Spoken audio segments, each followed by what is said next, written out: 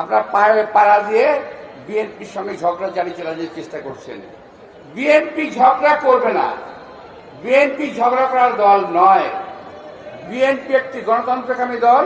BNP গণতন্ত্রের জন্য লড়াই করে মানুষের সঙ্গে নিয়ে, সেখানে যদি আপনারা পাঙ্গে পড়ে যান তখন আমাদের কিছু করার থাকবে না। প্রিয় ভাইরা, আমাদের নেতৃবৃন্দ বিভিন্ন সময় বিভিন্ন কথা বলেন, আগে কিন্তু বলতেন না।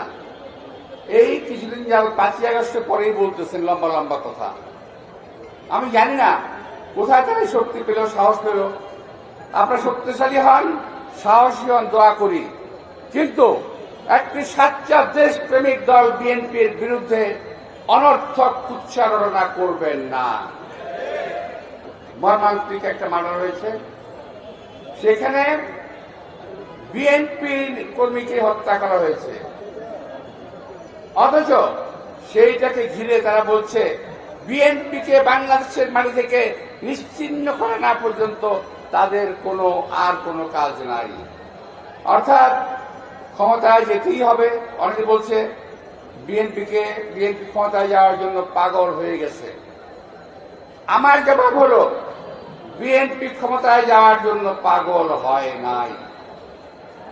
বিএনপি 17 বছর রাজপথে আন্দোলন করেছে দেশের মানুষের গণতন্ত্রের জন্য, ভোটের অধিকারের জন্য। আমাদের নেতা কর্মীরা জেল খাটতে খাটতে অভ্যস্ত হয়ে গেছে। আমরা নিজেরা জেল খাটতে খাটতে অভ্যস্ত হয়ে গেছি। জীবন এবং যৌবনের অর্ধেক সময় রাজপথ এবং জেলখানায় আমরা কাটিয়ে দিয়েছি। সুতরাং আমাদের এই ব্যাপারে কোনো ভয় দেখাবেন না। আর আজকে এই সরকারকে বলতে চাই, আপনাদের দয়া করে একটু পক্ষপাতমূলক আচরণটা একটু বন্ধ করেন। এতে দেশের ক্ষতি হচ্ছে। একটি দলকে আপনি কোলে রেখেছেন, আর একটি দলকে রেখেছেন কাকে। কাক বুঝেন তো? কাক একটা হলো কোল, একটা হলো কাক।